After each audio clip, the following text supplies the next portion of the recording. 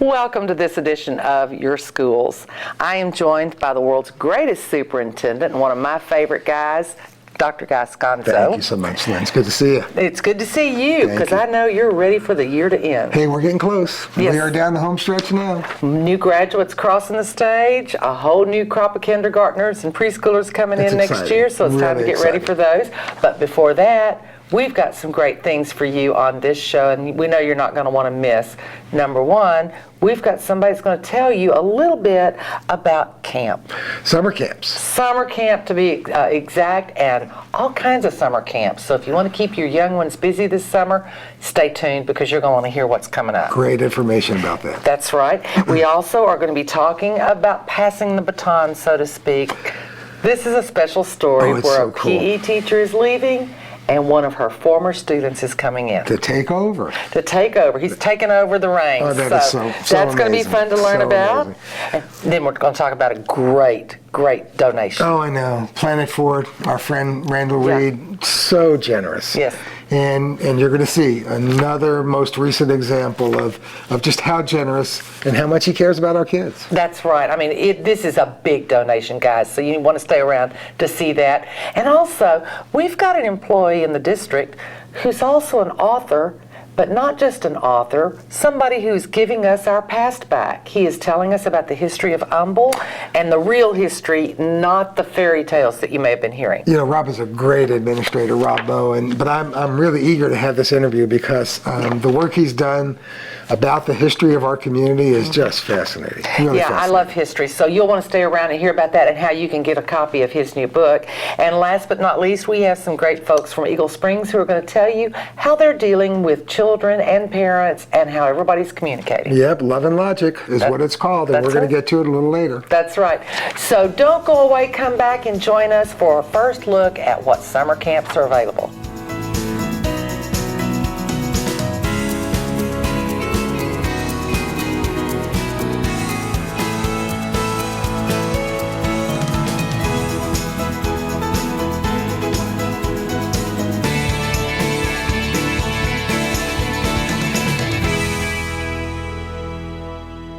Well, thanks for staying with us. And you know, Lynn, summer's right around the corner. It is. Oh my gosh, it's going to be graduation in a few weeks. And then we're off into summer break and the offering or looking for lots of summer activities, really good summer activities for children to participate in. And we have got 3 samples of some amazing summer programming that's going to be happening right here in Kingwood, Texas. So we're very, very proud to have with us. First, I'm going to introduce Steve Winebaugh. Steve is a tremendous science teacher at Riverwood Middle School. And Steve, thanks for being with us. Thanks for having me. Steve, by the way, and I should do this with each of you, and then we'd much rather hear from you than me, but Steve will be doing a science safari summer program that we're going to learn about in just a few minutes. Allison McDermott, Gardner. Allison, thank you so much for being here. Allison is an amazing art teacher at Creekwood Middle School. And Allison, you will be doing an arts.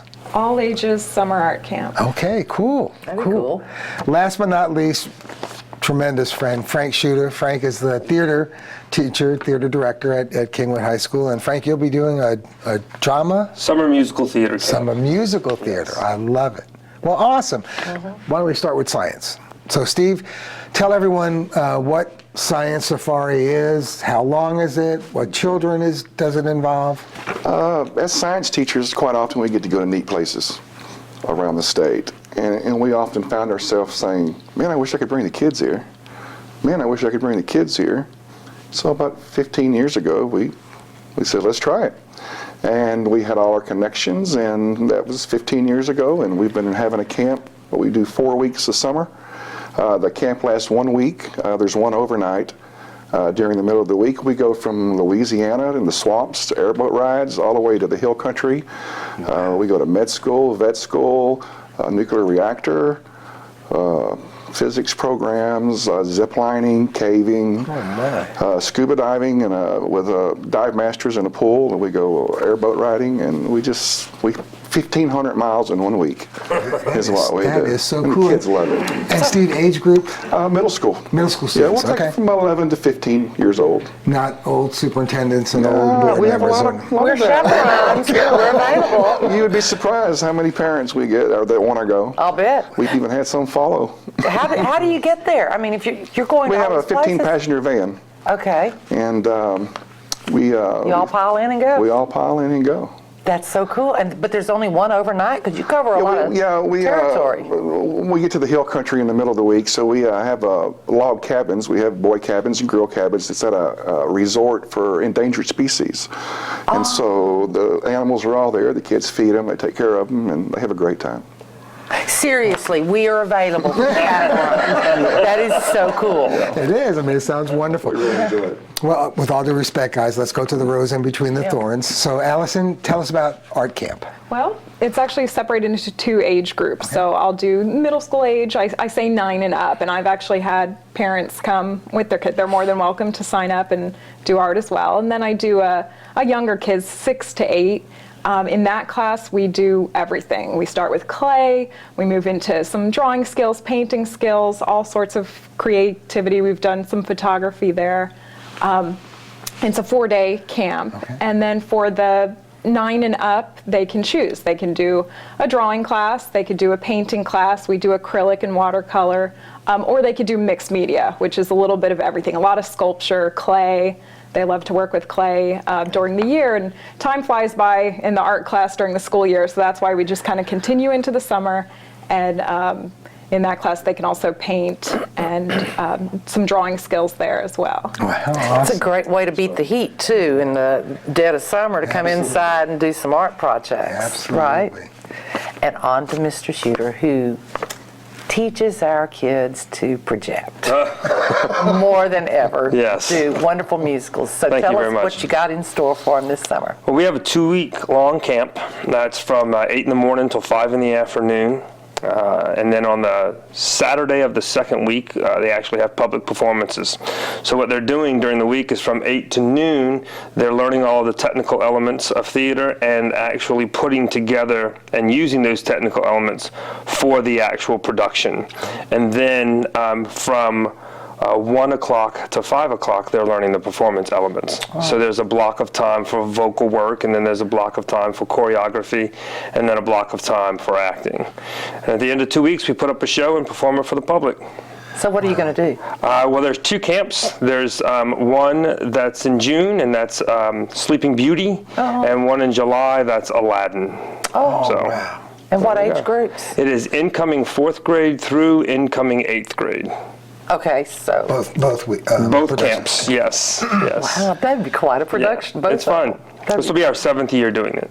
Well, and you know, that's the thing. I mean, just listening to you all, it is fun. I mean, all of that you're providing by way of summer camps, fun activities, but really it's teaching and learning. I mean, that at the end of the day, that's what's happening. So my question is, and I mean this with all due admiration and respect. So, I mean, you guys put in a long year teaching. What causes you to want to continue to teach over the summer? We call it incognito learning. Incognito learning. I've had parents ask their kids when they get home from the camp what they learned, and they said nothing. And then that night at dinner, they explained why electricity doesn't go through the water at a nuclear reactor, why, because there's no ions in the water, or why it will not electrocute you, or they incognito learning. I love that term. That's great. So how's the best way parents can find out more details about the camps and dates and all of that information? www.summersciencesafari.com. Let's get that.